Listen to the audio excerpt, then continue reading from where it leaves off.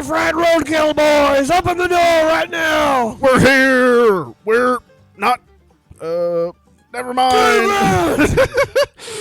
Welcome to this aggressive opening of Kentucky Fried Roadkill. I am Officer Treyton Blackburn. And I am Dr. Swamp Ass Evan Pride. Wow.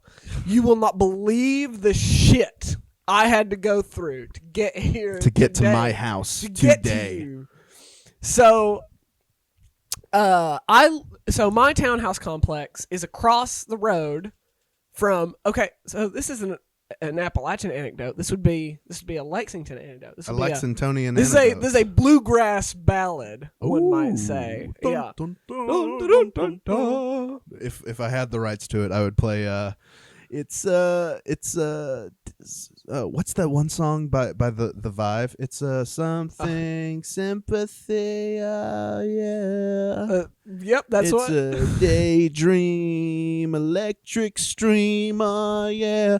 Y'all know what I'm talking about. Yeah. It goes dun dun dun dun dun dun dun dun dun. A bluegrass dun, ballad dun, dun, dun. of what happened to me today. Yes. So my townhouse complex is located across from another townhouse complex that we will call Centaur Townhomes. That's what we'll call it. The Centaur Townhomes. Yeah. So I live across from Centaur Townhomes. And to get onto the main road, I won't say what road I live on. Yes.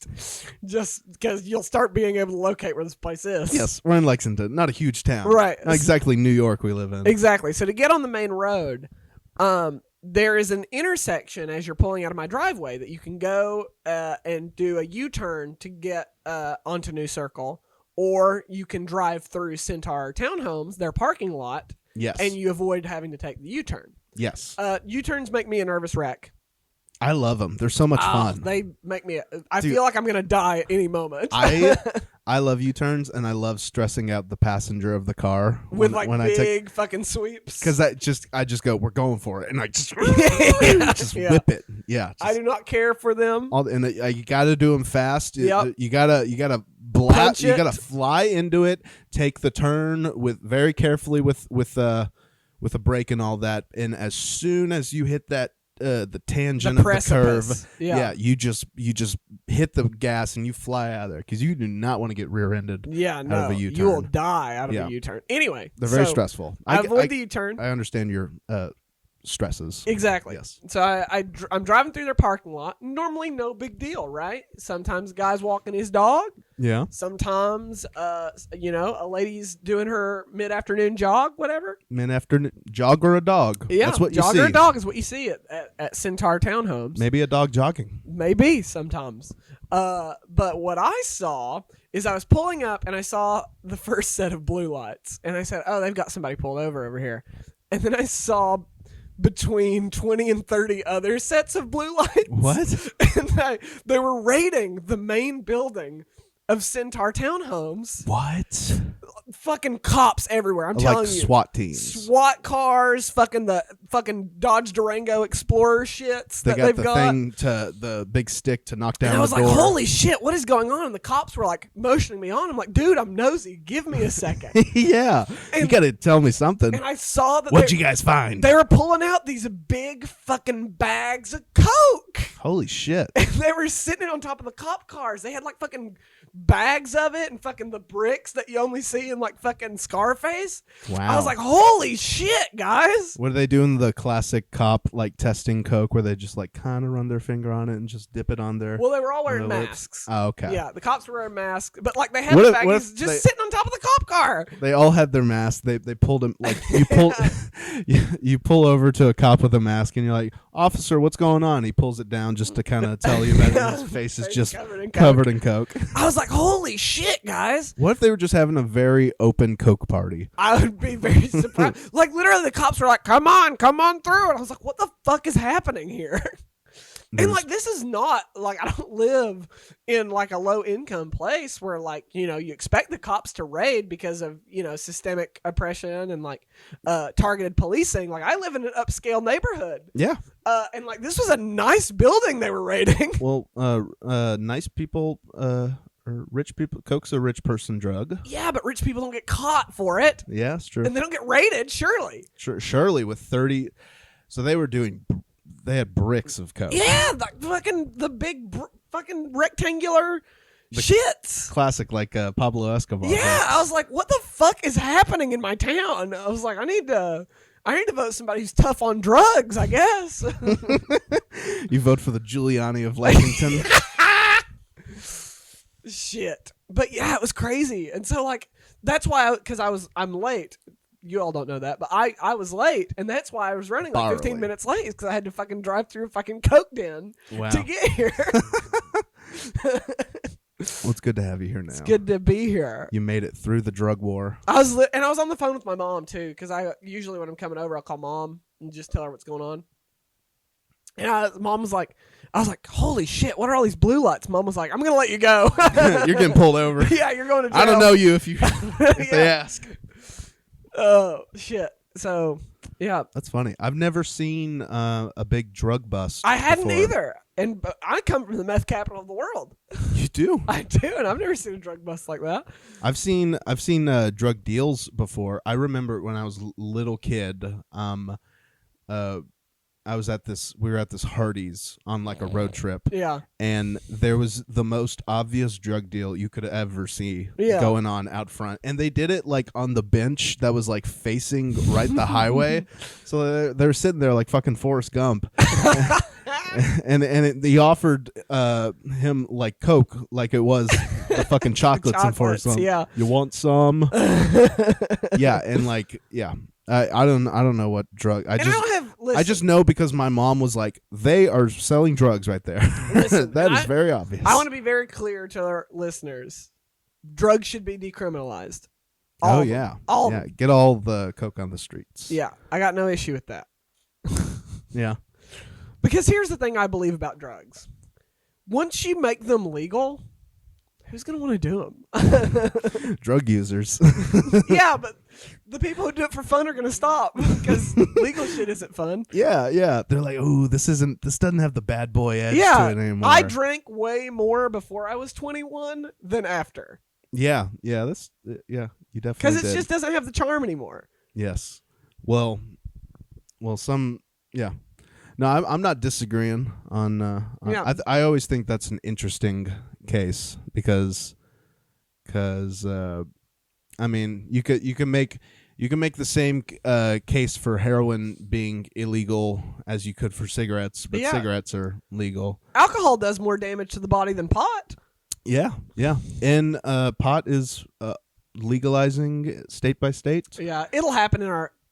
Like not even in our lifetimes, it'll happen in the next 5 to 10 years. I'd say. No, yeah, it'll happen if Biden doesn't get it done this administration, it'll be the next one. I think the next Democrat. Because God knows the Republicans ain't gonna do it. I don't know. Maybe. How come the Republicans aren't cool? Like, why can't they just be cool? Just chill, guys. Chill the fuck out, please. Please let us do cool stuff. Like coke and drugs. Unprotected sex. Like, why are you guys against everything that's fun and cool? Hey, if we have any Republicans listening, just explain to me why you guys are like so against everything that's fun and cool. I just want to know that. Are you calling Jesus not fun and cool? Jesus is extremely fun and cool, but Jesus Christ was a socialist, so I guess we're in a whole different ballpark now. Jesus was a commie.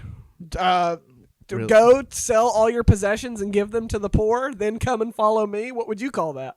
I don't know. Communism. I bet I look so. The love of money is the root of all kinds of evil. What would you call that? I don't know. I know so little about communism and socialism and apparently the Bible. Yeah, I went to Catholic school for so long and know nothing about the Bible. Yeah. Well, I was talking to somebody about this the other day. I took Spanish for 15 years. And I could barely say a sentence right now. I took Spanish for 2 years and remember but one line, "Que puedo ir al baño," which means por favor. Don't be rude. Never the por favor. She didn't earn what? that. You just, where's the Spanish bathroom? teacher, she didn't earn that. She didn't earn a por favor. Oh, wow. We were taught Puerto ir al baño, por favor. Nope.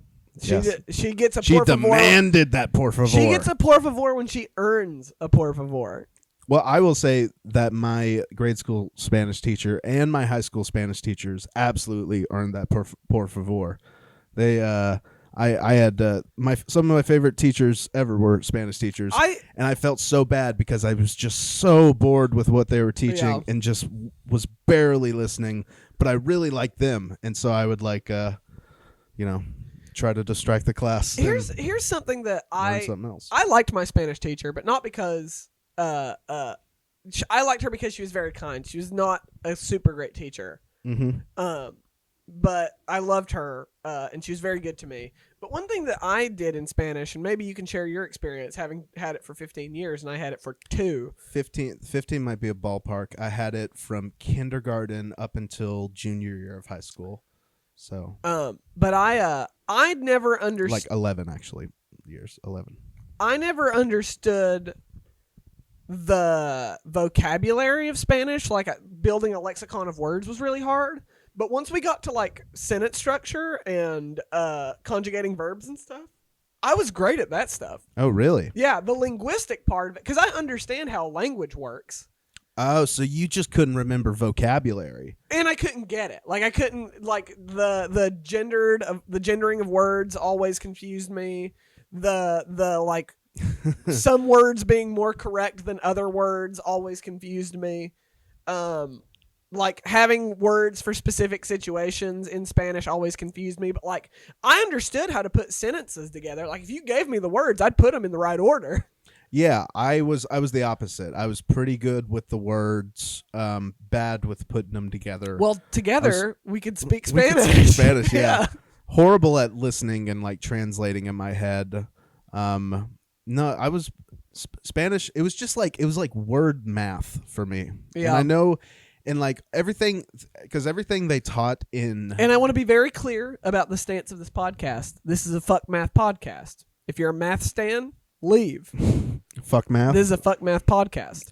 Treyton has declared this a fuck math podcast. Fuck math. Fuck math. Were you bad at math? I'm awful at math. Which explains the fuck math. Fuck math. I was pretty good at math, but knew that I wouldn't be great, and so I did not want to go into math. But I always did pretty well in math. Not to toot my own horn, but I could really add shit up. I don't know. Maybe I really add shit together. I'm a real investigator over here. Maybe it's like the way my brain works, but like... Dude, your brain works in like... I imagine your brain every day is a movie. It is. And so just like we're just in whatever scene we're in right now. Right. But yeah, numbers, No, numbers don't escape make sense me. to you. No, Yeah. not at all. You're a words guy. I am. I'm a language person. Yeah. And like the mechanics of language come very easily to me. Like I'm amazing at grammar. Yeah. And grammar makes sense to me. Like I understand, like not only can I do it empirically, I understand it, which I think is a skill set that is often overlooked when you're being taught anything. Is like I can do X, Y, or Z. Like I always did well in math class, but I don't understand numbers. Okay, just the basic concept of... Yeah, because we're so often taught what things are and how to do things, but we don't, like, you're in college before anybody ever tries to explain something to you conceptually. Yes. Well, you get some kind of bigger brain thing. Okay, so you're talking about... So that's interesting, because are you one of these people that, like, you don't like how math only has one right answer? It's not like, that it's just like... And by that, it's not that you're like, oh, there's only one way to do it and I have to do it one way. Some people are like that, but it's the well, I guess it is that. It's the, you have to take this route and you have to do this. But it's not even have to. It's just, I don't mind taking a specific route. That doesn't frustrate me. What frustrates me is I don't understand, to this day, do not understand why numbers function the way they do. Like, you can tell me that there is an order of operations to get a correct answer. I'm on board with you. Why is there an order of operations? Like, why do these numbers have to like go in the sequence that they have to go in. That's what I don't understand. Okay. Well, what does it matter? So that if I put parentheses. So your problem with math is that you just over philosophized it, and you're like 2 + 2. Why can't it equal 5? What is 2? What is 1? Yeah. Why can't 1 be 1.5? And therefore 2 + 2 is actually 3 + 3 = 6. So 2 + 2 = 6. I really started getting frustrated with math in about the 5th or 6th grade when they introduced PEMDAS, the order of operations. Oh, I loved PEMDAS. I was like, this clears everything up. I find it hilarious that my mom, when I learned about PEMDAS, she learned about PEMDAS. Hilarious. And she is a physical therapist, very, very smart woman. Yeah. Went through all of college. One of the loves of my life. Yeah, went through all of college. I think she figured it out in college. Like, a professor taught her PEMDAS, and she's like, oh, that's why I've been getting all this math wrong for years. But she's good at math. She just didn't know about PEMDAS. But here's the thing about Please PEMDAS. excuse my dear Aunt Sally. Why does PEMDAS work? I don't get it. It does. Why? Well, okay, but so what you're breaking math down into its basic, like, big philosophical units of questioning, like, why is a number a number? What is 1? Why is 1 1? Pretty much. Why are numbers numbers? I understand conceptually why numbers are numbers. Like, numbers are just shorthand to like shorthand words to concretely explain a value. I get that. But you're asking why? How did we get these numbers? Not how did we get these numbers, but why do they work mechanically the way that they do? Like, why does it make a difference if I put something in parentheses or not? What is the significance of the parentheses? Why? I'm not smart enough to answer your question. I don't know that anybody. I've asked math teachers this question. They can't explain it to me. I bet people can. I bet you have to get someone who is dumb as you, right. to. And I should clarify, as dumb as us, because we're both lost in this topic here. It just doesn't bother you. No, I'm willing to accept that it's over my head. But it just makes sense to me. It's just, I guess it's just, I'm willing to accept that. But in the same way, it's just like, why are words the words? It's like I think words you could, like. But like, why when I think of lamp, why is the word lamp? Like, why? How did we get to that? Well, that's because there's etymology behind it. And there's the word developed over time. I guess that makes sense. And like, even with grammar, people where can do argue sounds come from? Maybe, I don't know. But people can argue that grammar is the math of language. But I understand grammar. Like, if you grammar is just set off of how it is trying to imitate speech. Exactly. Onto paper. Exactly. So if you're speaking, like, read a sentence out loud, and if it feels like there would be a pause or a shift, there's probably a comma there. Yeah. Well, yeah. It helps put tone to it and a rhythm. Yes. So grammar makes sense to me. Well, so maybe that's math. Maybe parentheses just are it makes sense. PEMDAS, parentheses first. Slow down. Don't dive right into that 2 + 2 at the beginning of the equation. But why is it needed? Because in language, it's needed to replicate the sound of speech. But in math, why is it significant that multiplication has to happen before subtraction? Why does that matter? Because I think they we're so in over our head right now. We're so in over our head. I think that the first mathematicians, whoever started numbers, Pythagoras with his big pendulous balls. Yes, John Pythagoras numbers. The book of numbers. Whoever wrote that. Jebediah numbers. I think math comes down to equations. Something equals something. So they have two holes, right. And they know that something, you take one thing, you mix it all around, you do 2x plus y, all these things, and that somehow has to equal the other thing. So I think they probably just threw a series of I'm seething. I'm seething. I think just a series of trials. They figured out, okay, we're gonna have to. If I put a symbol here that means nothing, that changes the outcome. I think that there's probably an answer to this. Because I get where you're coming from. Because other symbols make sense to me. Like the addition symbol makes sense. It is the joining together of two values. Okay, that makes sense. That makes perfect sense to me. Subtraction. Yep. The subtraction of one value from another makes complete sense. Division makes perfect sense. Yes. Is you're separating a value among different a number of different locations, or however you want to visualize it. Yes, multiplication. Multiplication is they something growing exponentially. Yes, to a certain value. Yeah. So but PEMDAS is where it made me mad. You hate parentheses. I think that's the. It's not just parentheses. What do you have? Like what is exponents? You don't like exponents. I don't mind exponents because even that makes sense to me. It's just multiplication, but in a different form is essentially all an exponent is. My problem is that if I put a pair of parentheses in the middle of an equation, somehow that changes the outcome because it's the same numbers and the same symbols. What do the parentheses do? Because they dictate the order. Why does it have to? Why does the order matter? It's the same values being. Because it won't be the same values because it's the one thing is true and it must equal this other thing that's whole. Do you think people are following this conversation? I hope. They're sitting there like, what the fuck are they talking about? The philosophy of math. Why are two theater majors talking about the philosophy of math? Okay. Well, I think we're just going to have to agree to disagree with math. Yes. We disagree with math. I don't get it. If I got it, I would defend it, but I don't get. This is why I couldn't be a mathematician. And like here's another thing. So like when I was in high school, I had a brilliant chemistry and physics teacher, and a lot of chemistry and physics is math. Mm-hmm.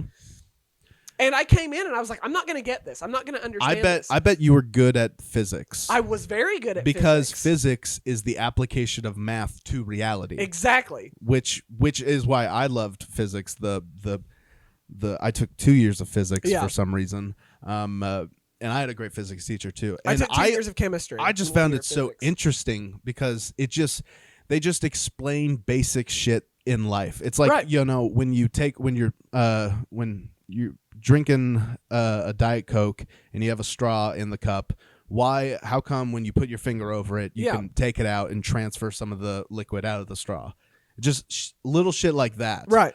You just get a little explanation for. I don't know. I always found physics fascinating, and I knew that once we got into the big equations, that I was really not going to make a career in it. So I might as well start talking into a microphone and putting it on the internet.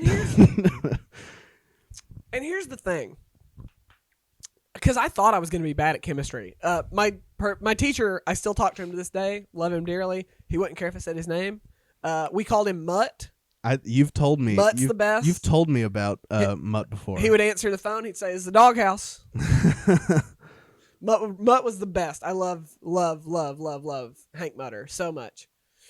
And I told him, I was like, Mutt, I'm not going to be good at this. I'm not good at math. You need to understand that going in. He's like, what is it about math that you don't understand? And I explained my grievance to him.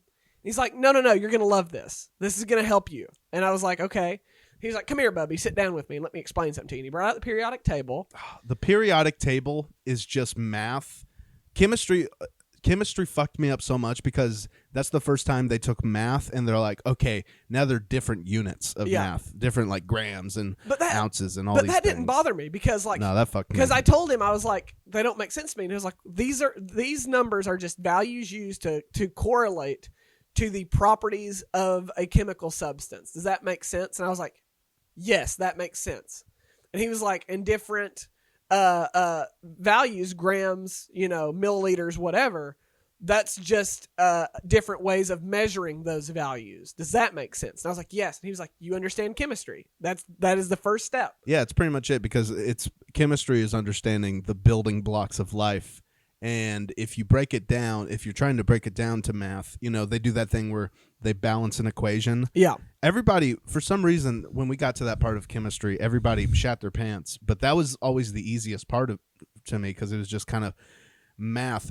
You were just literally doing like, okay, that has like this many protons or electrons or something. It's been so long, I can't remember. Yeah. You know what's funny? What I find funny What's that? is there are people that, and a lot of people that went to college to really, really understand these things. Yeah. And if they were us, and they had been paying attention to their classes, they would know all this stuff. Yeah. But we decided to try to be entertainers with our lives.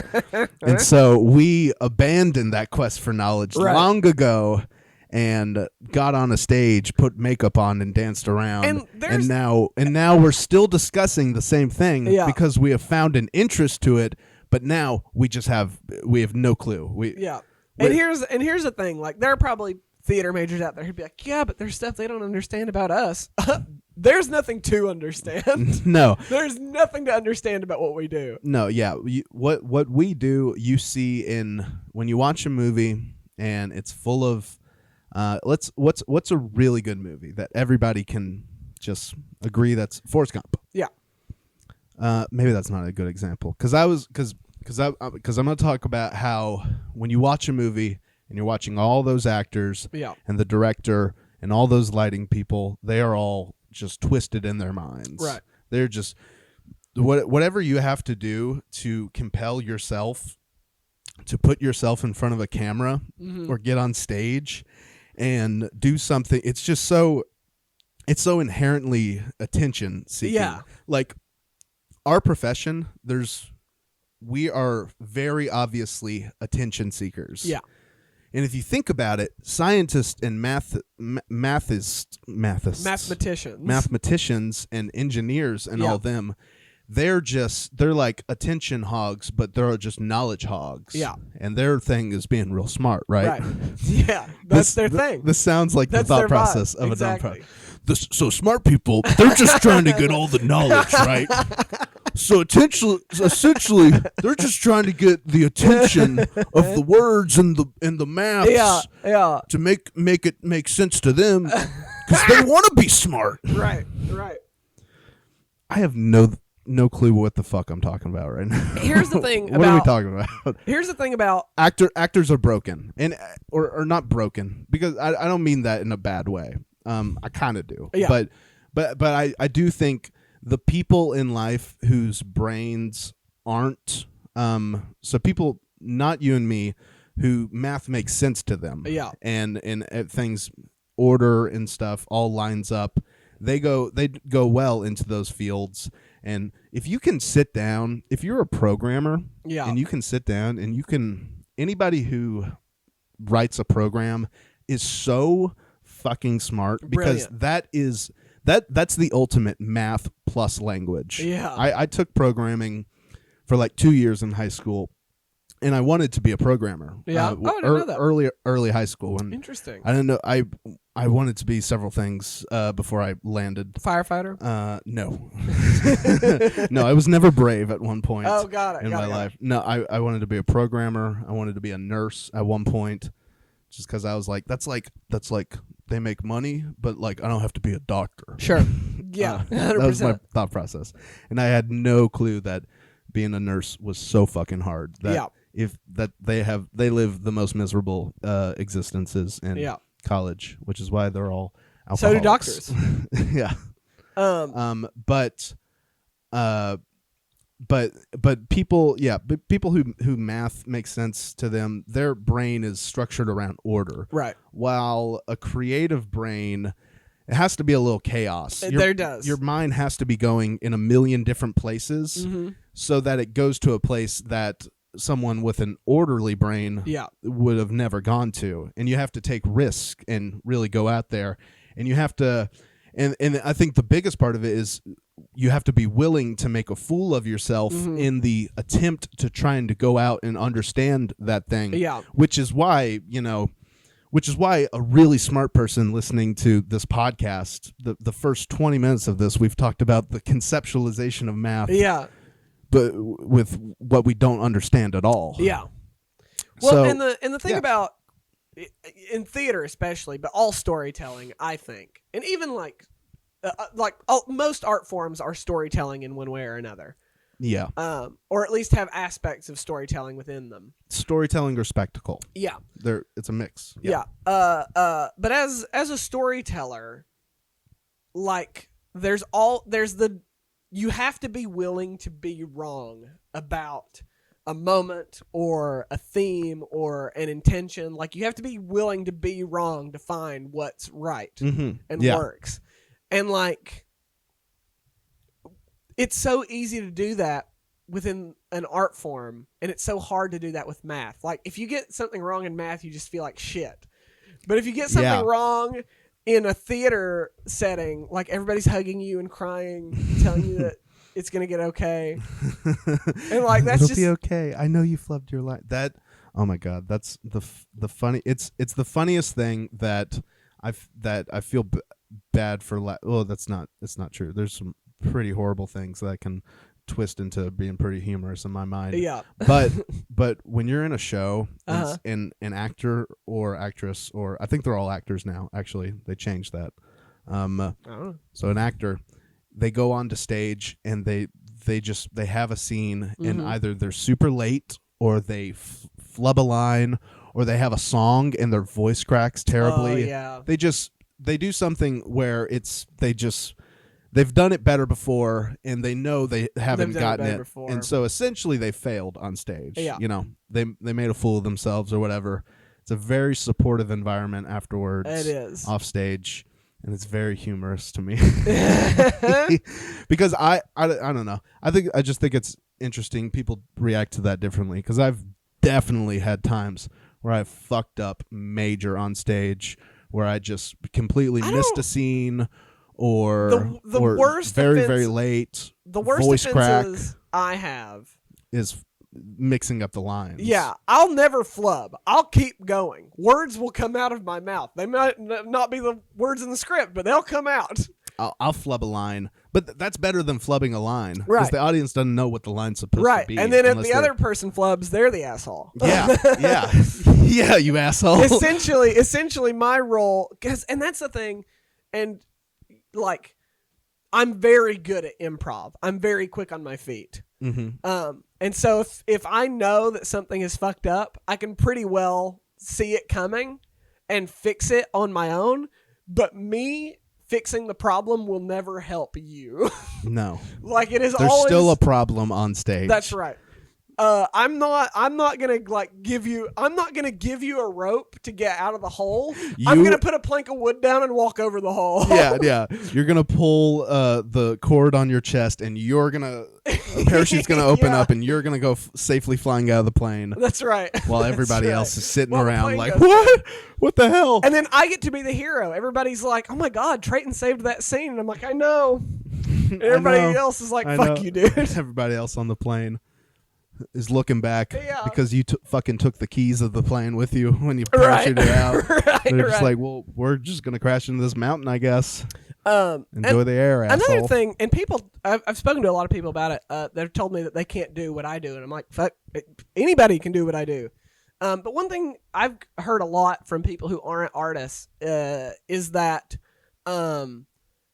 like, I'll read a script and I'll be like, well, clearly this play is about this. These are the themes. This is what each character is doing within the narrative. This is why these characters exist. Mm-hmm. And people are like, how did you get that? And I'm like, but I read it. What do you mean? It's really not that hard to. Now, obviously, you'll get avant-garde stuff that does take some time to really dig into and figure out what the playwright's trying to say. But even as simple as watching. What's a well-known thematic movie, watching Chicken Run and knowing that it's about the Holocaust, sure, or something like that. Yeah. Have you've definitely seen? You've never seen Chicken Run? I've not seen it. You've seen Wallace and Gromit. Yeah, I've seen Wallace and Gromit. Okay, same animator. Yeah, you like Wallace and Gromit? Love Wallace and Gromit. You'd love Chicken Run. I'm sure I would. You would love. You should go home and watch Chicken Run. Watch Chicken Run. Yeah. But you're saying you don't understand how people can watch a movie and not immediately understand the themes and the characters and what they're working towards. So, like, we're far enough removed, but like, it's just the thing on the table right now. Like, if I don't understand how somebody can watch WandaVision and not understand that it is a story about grief and accepting the things you can't change. Yeah. Like, if you don't understand that just from watching it, like, because it's instantaneous for me. Like, I watch it and I'm like, oh, well, this is what this is about. This is what the themes are. I think normal people watch it because I get where you're coming from, and I eventually get there as well. Sure. But it's not instantaneous to me. I think I understand the non-creative person's approach to it, where they're just like, these are okay. I saw a trailer to this show, and that guy was dead last time I saw him. He got freaking killed, and she doesn't really say much. That's literally well, and I think that ties into, like, not to get away from the central point, but like, so many people are. I'm not even going to say angry, because I think that's too heavy a word for what they're feeling. They're just so petty that, like, their fan theories and their speculation didn't pan out, that they're like trying to say the ending was bad. No, like, yeah. No. Like, the creators of this show don't owe you what you think is going to happen. Yeah. You are not owed that. No, yeah. When you're watching Lost, if all the harebrained theories had panned out in the end, right, then I mean, and can you imagine? There's also it's so much more fulfilling when you're watching a show and you have this whole structure about, you're like, okay, I know where we are, and I'm pretty sure I know where we're going, and it has to. The math all lines up. Right. It's Wanda, Vision is gonna kill Wanda, or whatever your theory is. Reed Richards is gonna show up. It has to be Mephisto. Yeah, like, all those things. It has to do that. And if I guess some people don't care. Like, some people, it's an ego thing. Some people are like, yes, I was right, if that all pans out. But as an audience member, aren't you just so much more interested if what you think is going to happen doesn't happen? Right. Subvert the audience's expectations. That's like one of the keys to make interesting anything. Stories, comedy. If you saw a comedy special and every fucking setup led to a punchline that you exactly predicted in your mind, it's not going to be funny. And like, WandaVision conceptually is very subversive, right? Like, we're going to do a superhero story with sitcoms. That's how we're going to do it. And like, I haven't gotten to tell you this, and I'll tell you for the first time here on the podcast. I've been writing a lot, mostly just like things I wanted to get out, nothing that really came of anything. But I've had an idea for a while, and it's always bothered me. There's not a rural superhero. Like, there is no superhero story based around someone who lives in a tiny small town. Like, you can argue Smallville. But Clark Kent is. Yeah, I was gonna say, he's a Metropolis superhero. Yeah, I was gonna say maybe Superman, because raised on a farm or whatever. But Superman is an alien that landed on a farm that moved to the big city. Yeah, and like, whenever you're watching Smallville, like, everybody's like, when are we going to get to Metropolis? Like, that's what you're going toward. Like, everybody knows that's where it goes. Like, and so I've been very interested, because like, when I was growing up, of course I was a huge comic book nerd, Spider-Man, Batman, the whole 9 yards, but it didn't bother me. But it was always something within myself that I was like, they all exist in New York. Like, a superhero can't be from a small town. And I just accepted that. I think my I guess the explanation that pops into my head would be that big cities are more crime ridden. Sure. And so there's more random thugs and bad guys to beat up, and as opposed to like a small town, it's like, who's the big villain that's terrorizing this town? Let me knock on the 10 doors and ask some questions. And another thing is, these writers were writing what they knew, and Marvel, DC, they were all living in New York at the time. Yeah, Stan Lee. Yeah, Stan Lee, Steve Ditko, Jack Kirby, Bruce Timm, everybody who writes for comics lives in cities. Yeah, all the names that everybody knows. Exactly. And so what I have been doing is I picked up a book called Understanding Comics by Scott McClure, I think is his name. If I got the author's name wrong, I'm sorry. McClure, something like that. Anyway, it's a great book that it teaches you how to write comics as a comic. Like, it's an instructional book that's also a comic book. It's fascinating. That's fun. It's really good. Highly recommend it. If I've gotten the author's name wrong, I'm so sorry. But if you're interested in the art form, pick up that book. It's wildly informative. I picked it up. I read it. I started writing a superhero comic based in Appalachia. And I've got some. I don't know if anything will come of it. I don't know that it'll pan out. Okay. But I've started writing some drafts. Don't reveal too many details on air. Just of course, to protect my copyright. Yeah. But I like the idea of an Appalachian superhero. Yeah, and like Mountain Man. What's his name? You don't have to say his name. Well, no, I've got the name. Or her. It's a him. Okay. Just because, and I thought a lot about this and read a lot about it because like I'm so invested in diverse characters and stuff. And I want diverse characters, and I want to build like an honest and diverse version of Appalachia in my comic. But I read a lot from women and people of color talking about when white writers will want to diversify their stories, so they make their main character right, and they can't write from that perspective. No, honestly. you have to if you're writing. Yeah, you have to write from what you know. Right.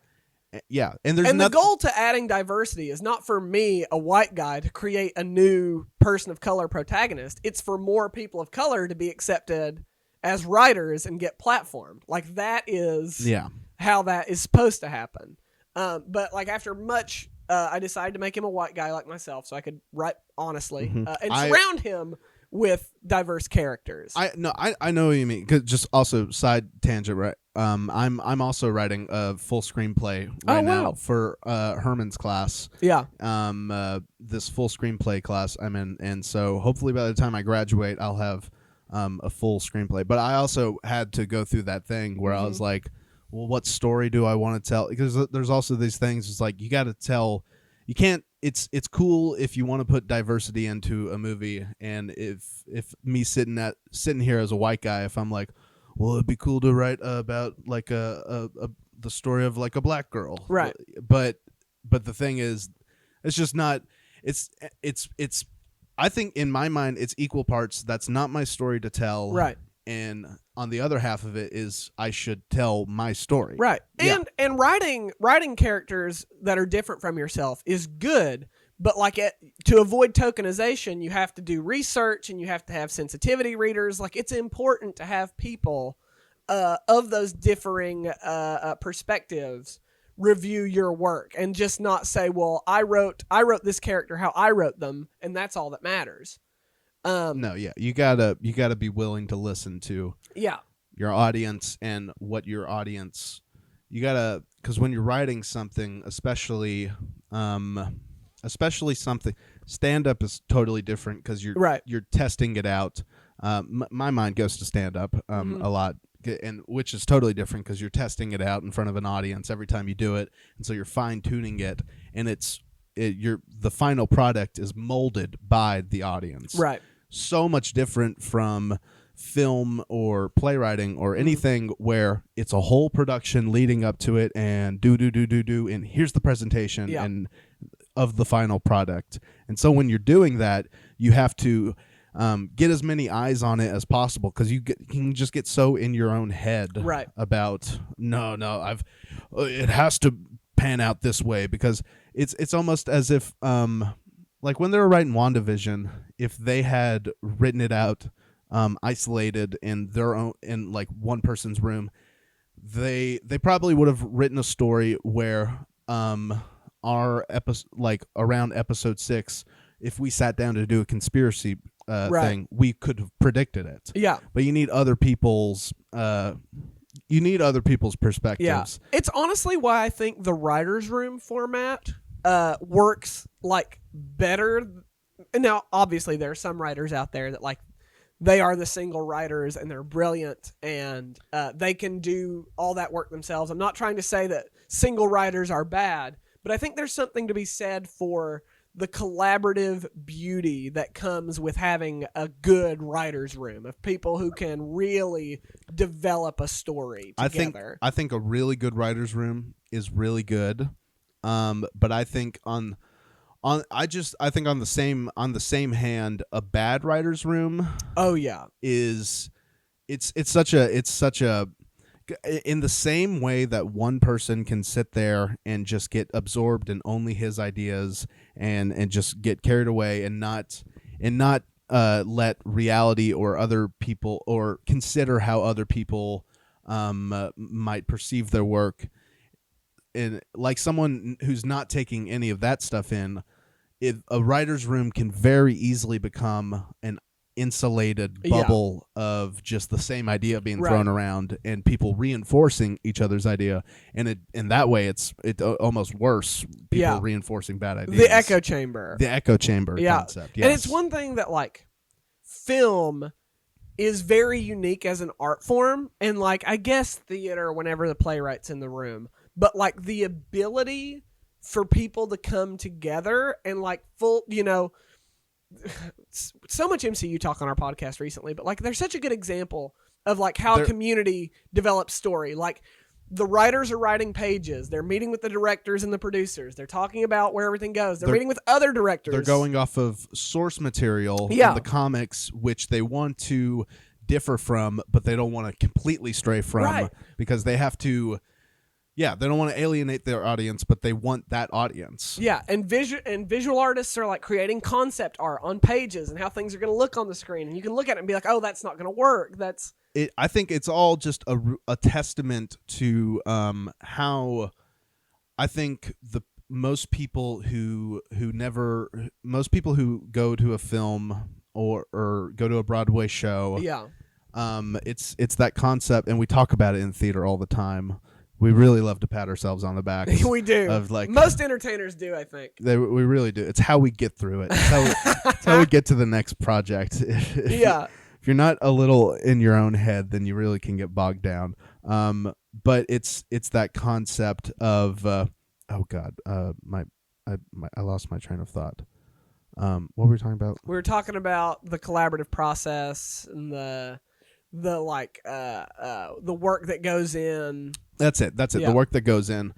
When I remember in high school when you first started doing theater, after you would go through the whole rehearsal process and the tech and the late nights, at the end of it, the director would walk around and was like, "And now, even if you never do another play in your life, you will know what goes into it." Right. And that's just on the high school level. And when you go and you see a Hollywood film, even something that maybe isn't even good, like a Fast and the Furious 12. You're watching 27 Meters Down. Yeah, which is the worst movie I've ever seen. You're just watching some random Hollywood shit. It's a miracle that it even got made. Because of all the moving parts and all the things, and it's impossible to make.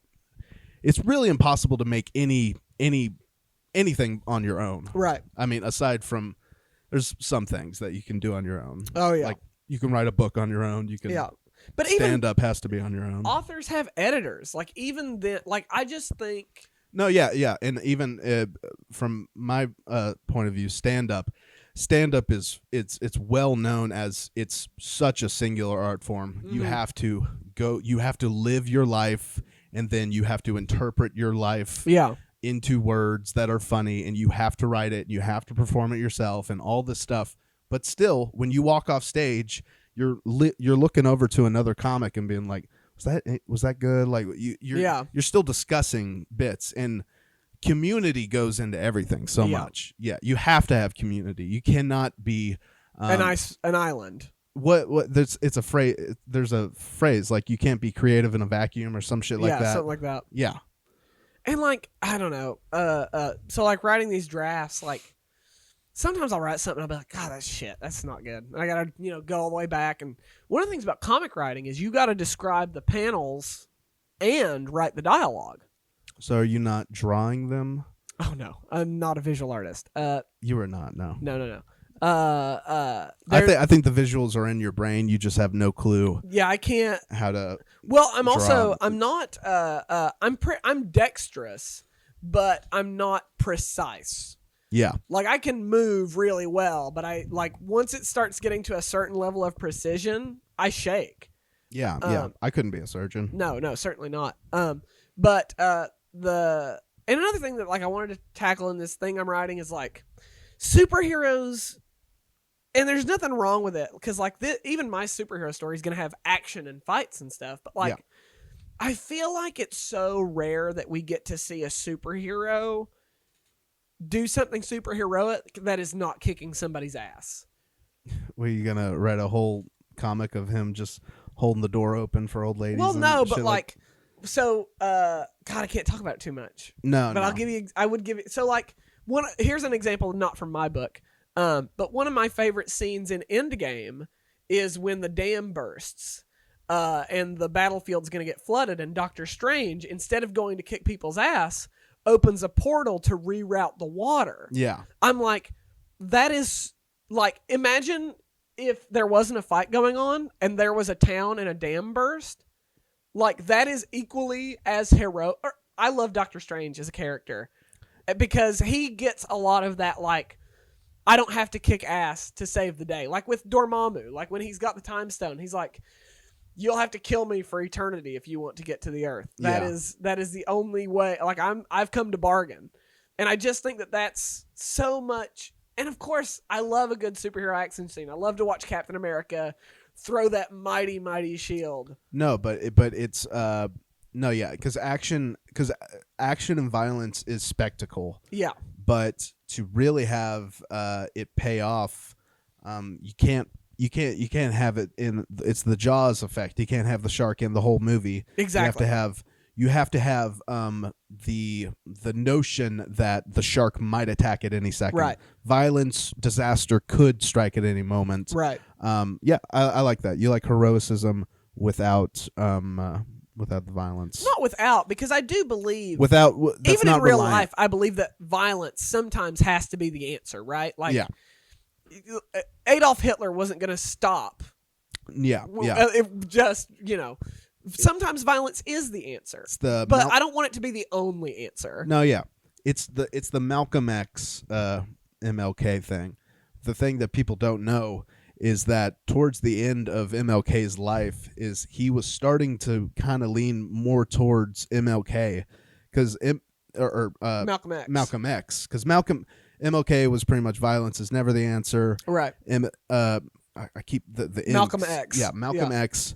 His thing was sometimes there's no other resort. Right. And I think MLK was starting to get to that spot before he got killed because just shit still wasn't happening. Well, and whatever. So it's like, interesting. Another thing about like the book I'm writing. Okay, hey, if this book ever gets published, please buy it. Yeah. But another thing that you don't see ever that you don't see often enough, in my opinion, is superpowers that aren't necessarily convenient.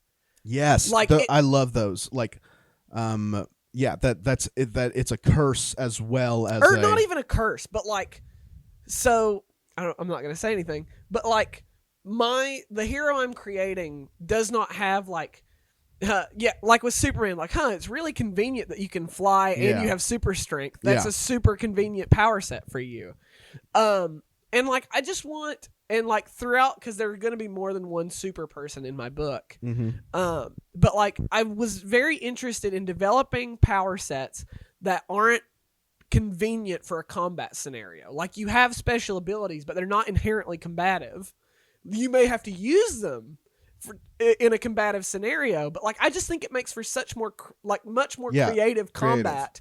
If you're not super strong, you still have to find a solution. It's like Sky High. Sky High was such a cool movie because some people had the kid who melted. You would go in. Some people had just awesome superpowers. He turned into a rock monster and he can just beat everybody up. And then one kid would just melt. And pretty much the concept of that movie is the A superheroes and the B superheroes. Right. The superheroes with lame powers. Yeah. And the lame power superheroes eventually save the day. Yeah, it's very interesting. I just think it's such like a compelling, because like I think that combat work, and this is a controversial belief I love Superman. I do love Superman, so I don't want to knock that character. All-Star Superman is one of the greatest stories of ever written.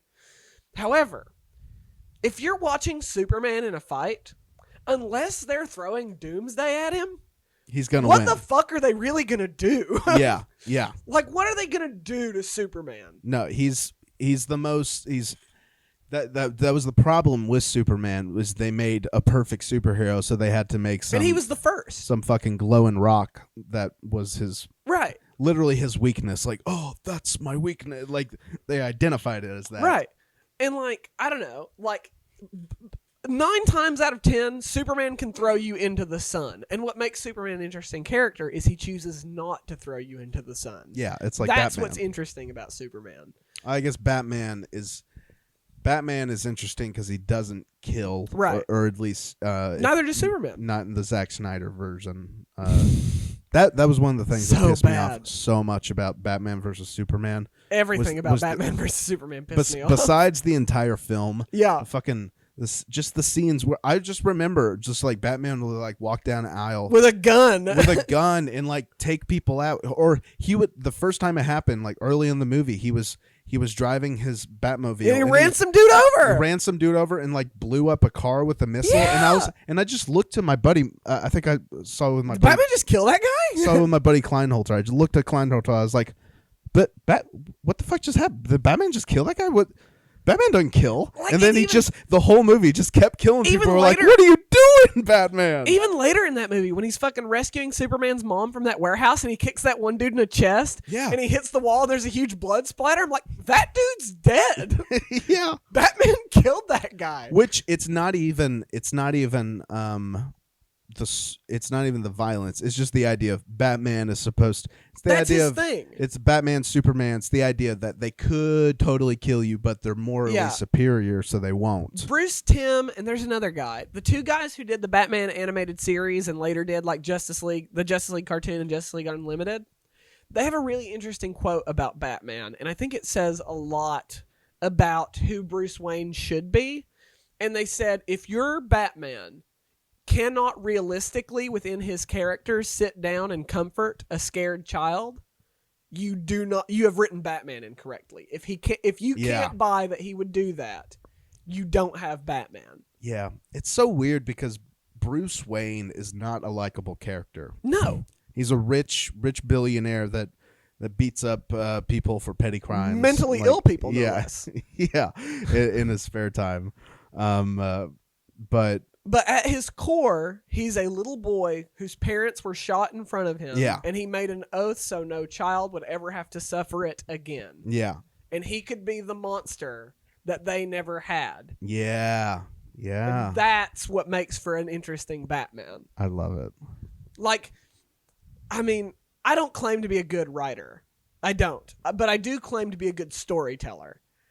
And I understand why characters work. The reason Batman has lasted is because he watched Dick Grayson's parents die in an acrobatic accident and said, I will take you. Yeah, yeah. Because Robin's an orphan, yeah. That's right. I know this pain. I will give you a home and I will love you. It will be a Bruce Wayne kind of love. And it won't always be comfortable. And it will be rough. And he's not very vulnerable. No, but he will love you and give you a home. And he was raised by a butler. Yeah, like that, Alfred. That does something. Who adores him. Alfred is might be one of the greatest characters in comics. I agree. I think Alfred is a beautiful character. I always kind of gauge a Batman film off of how good their Alfred is. Yes. It's hard to beat Michael Caine's Batman or Alfred. But here's the reason that Michael Caine's Alfred works so well is you never for 1 second doubt the extreme amount of love this man has for Bruce Wayne. Yeah. Yeah. And essentially what Alfred is at his core is Alfred is a father watching his son kill himself. Yeah, yeah. That's what Alfred has to be. He's a father employed by his son. Yeah. It's pretty much he hired a dad. Yeah. Yeah. And Alfred was his butler before the parents died. No, yeah. But it's a father figure that he pays. And he sees his son trying to destroy himself or like doing this dangerous thing over and over again. And he's begging him, please don't. Sir, I really wish you wouldn't go out in the streets and fight so many dogs. Michael Caine has a monologue in The Dark Knight Rises. Really don't seem to like you. He has a monologue in Dark Knight Rises. Do you remember this monologue? It's in Wayne Manor, and it's when he resigns. Because he's like, I'm not going to sit here and watch you kill yourself anymore. So you can either stop being Batman or I'm out. Yeah. And like Michael Caine is crying, and I'm like, that's Alfred. Yeah. That's Alfred. If you can get there, that's Alfred. That's the, like, I feel like Zack Snyder, first of all, he's a fascist. He's for sure a fascist. For sure. Spartan the 300 is nothing but fascist propaganda. Zack Snyder is a fascist. 300 isn't a great movie. People it's fascist propaganda. It was written by a fascist. You really won't let it go. He's a fascist. Listen.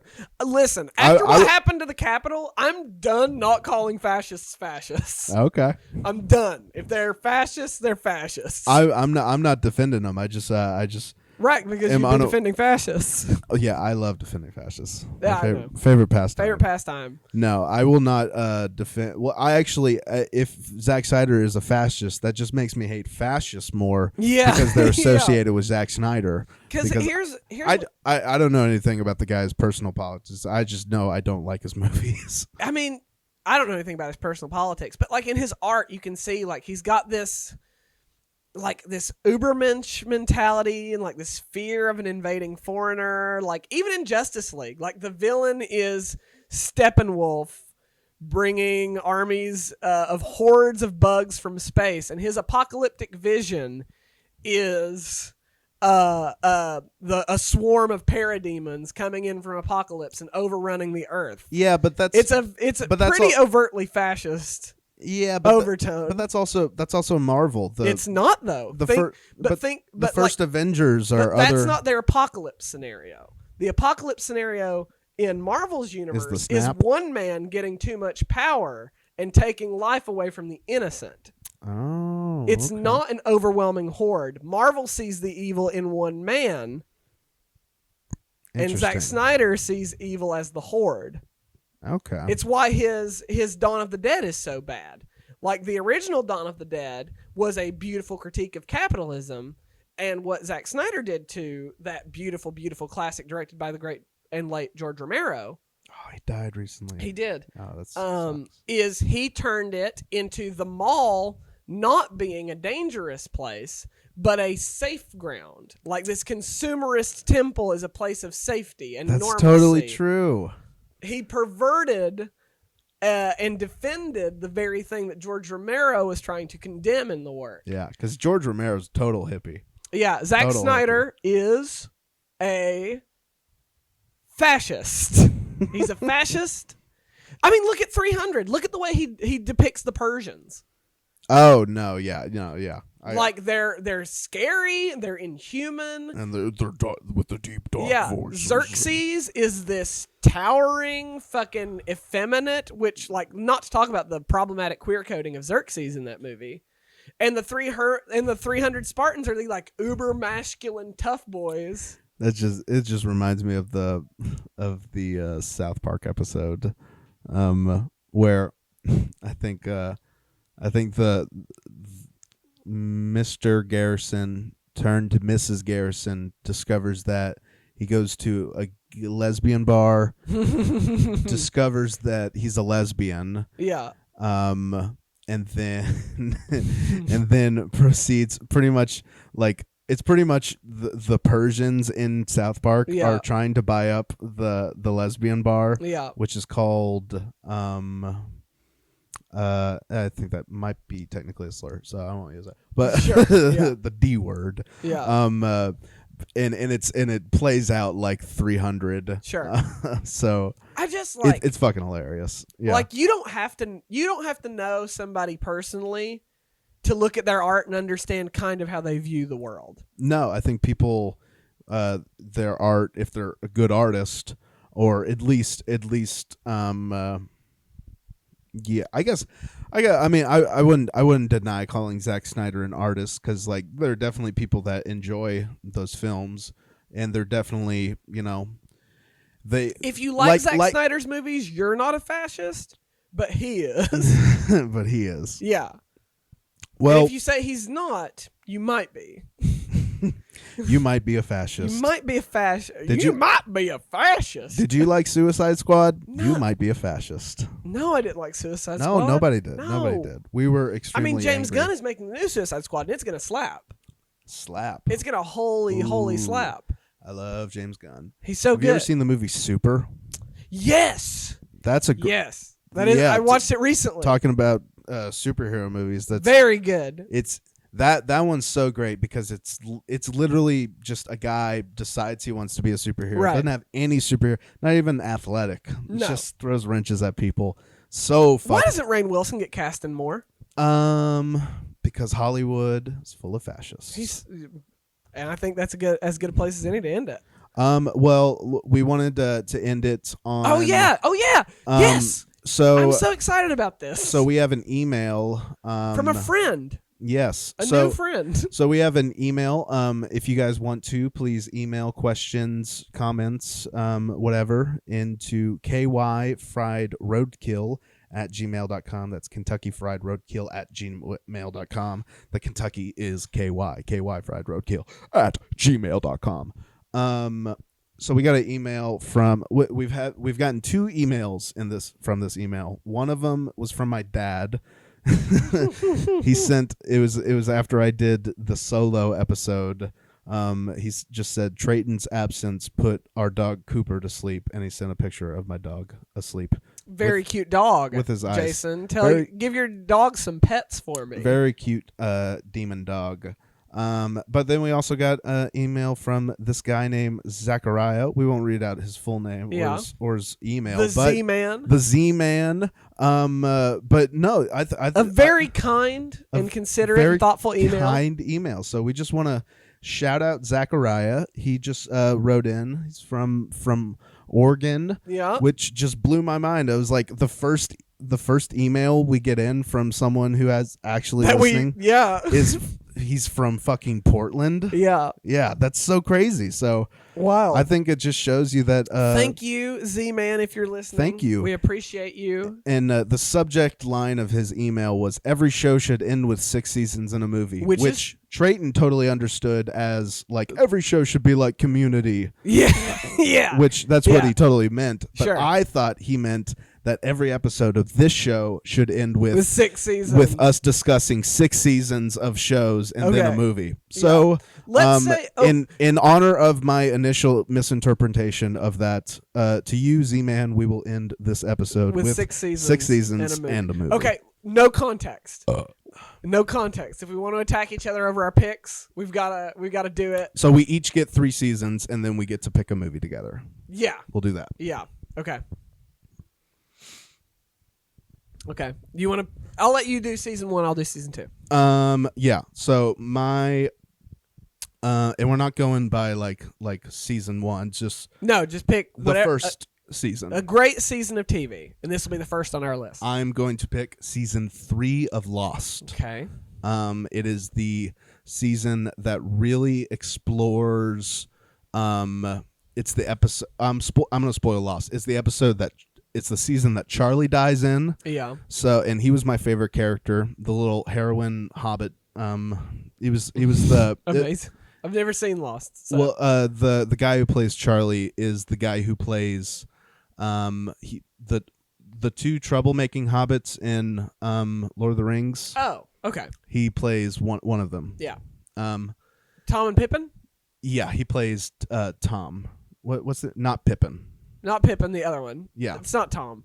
Not Tom. Tom Bombadil is another character in He plays Cherry and Pippin. Cherry that feels Pippin? right. That feels right. Something like that. I haven't seen Lord of the Rings in a minute or read it.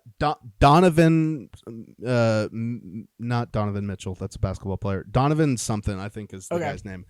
But Charlie's a great character. Yeah. That's the season he dies in. That's the season that they really start that's when shit really just starts to open up. Yeah. So Lost, they had seasons 1 and 2 of Lost was so much built on mystery and suspense. Yeah. And then around season 3 or 4, it's when the show really cracked open and crazy shit started happening. Yeah. And it was by the end of those seasons that all the Lost audience was like, where's this shit going?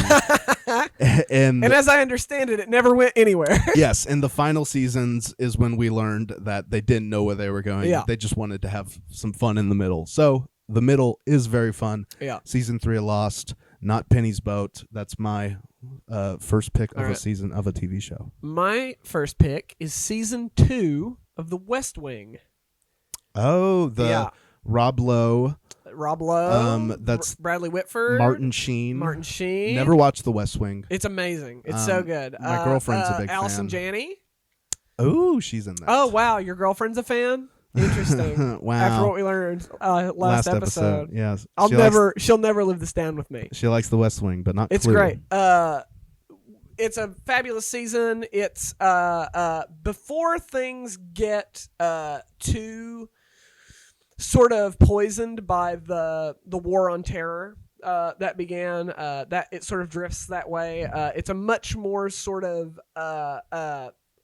outside of the world history speculation season. Mm-hmm.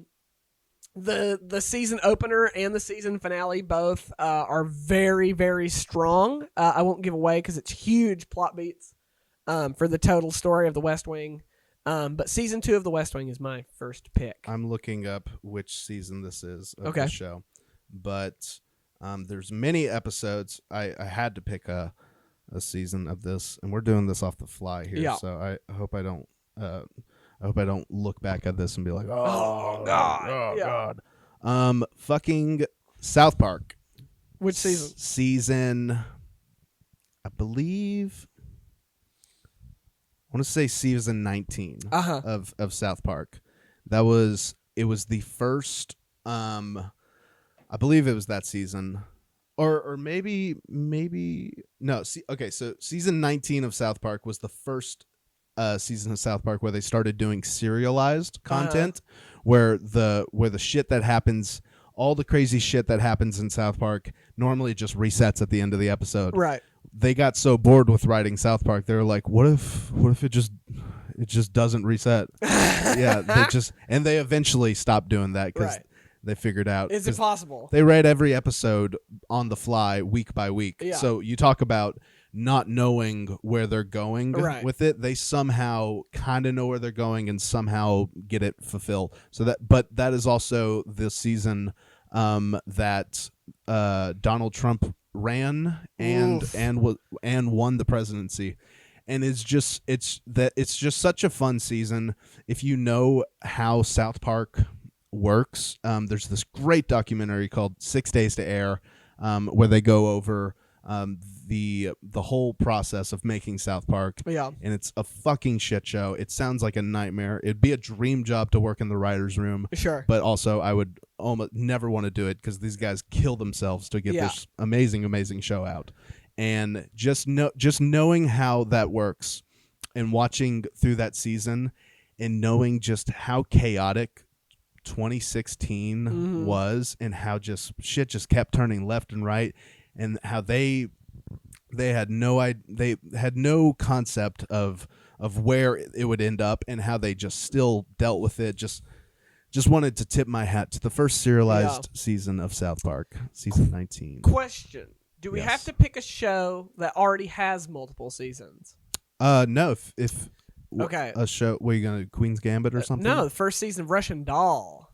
Oh, Natasha Lyonne's Russian Doll. One of the finest television experiences I've ever had. There's only one season out so far. There are talks of a second season that I'm desperately hoping for. A great, fantastic riff on the Groundhog Day format of living the same day over and over again, with the neat twist of she dies at the end of every day. Oh, and comes back to life at the beginning. It's like Happy Death Day. Yeah, shitty. Yeah. I say shitty just I've because heard great things about that franchise. Yeah, it's a whole franchise now. Every time I see a movie and like the trailer doesn't immediately, I'm not like, oh, that's high art. I'm just like, that shitty movie that came out a couple of years ago. I'll go back and I'll watch it, and it's amazing. I'll love it. But anyways. But yeah, season 1 of Russian Doll. If you haven't seen it, watch it. What's that actress's name again? Natasha Lyonne. Natasha Lyonne. I really like her. She's very good. She was one of the only things I enjoyed. That's a little harsh. Watching her in Russian Doll is a masterclass. She was my favorite part of Orange is the New Black. Yeah. Okay, so I have. This is your last season. I have one more season. Yeah. Oh shit. I'm going to go. Oh shit. Do you have another one loaded up? I'm trying to narrow down between like 2 or 3. Okay. I'm thinking my favorite shows of all time. I'm just gonna. Okay, this isn't one of my favorite shows of all time, but it's up there. I think it's one of the greatest. I think it's the greatest sitcom of all time. Just filmed in front of a live audience, studio audience, yeah. 3-camera shoot, whatever that is. Yeah. Is Seinfeld. Seinfeld season 4. Yeah. Season 4 of Seinfeld is when the show really got its legs under it. Really got running. You really got to know the characters. I've talked about this with sitcoms are really weird because me and our writing professor Herman, a sweetheart, the great Herman. I won't say his full name because I don't know. Because he's beautiful and perfect. He's beautiful and he's perfect, and we love him very much to death. But he talked about how sitcoms, it's so hard to get a sitcom off the ground because you're establishing those characters. And what a sitcom is and what it makes a sitcom so good is the characters. So you just have to see them put into the situational comedy. So you don't even, it doesn't even have to be that interesting of a story. They just have to be like, oh my God, that's such a Phoebe thing to do when that happens. Oh my God, that's such a Ross thing. It's just really developing the characters, and which is why when you don't know the characters in the first season or 2 of a sitcom, neither do the writers either. They're trying to still figure them out too, and they're trying to make them lovable. So any sitcom that you watch, it's going to be a couple seasons in before they really get their legs under them, know what they're doing. But Seinfeld, being the greatest sitcom of all time, I believe it's much better than Friends, which I do not enjoy at all, which could rustle quite a few feathers in the theater community here at UK. But I did not enjoy Friends. But Seinfeld, wonderful. Fucking wonderful. I was working on a show a few years ago. This is going to be a short story. I was directing Midsummer Night's Dream, and we were all sort of powwowing together in my house because everybody was living there while I was directing it. And we had to watch all of Friends through that rehearsal process. Why? And it was hell. Oh, it was hell. I hate Friends. Oh, you had to watch it because they all watched it. Oh yeah. My God.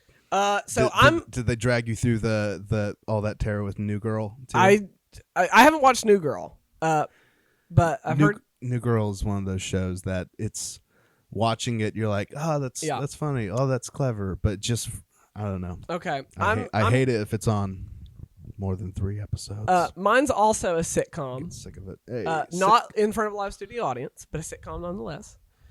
In my opinion, the greatest sitcom ever made.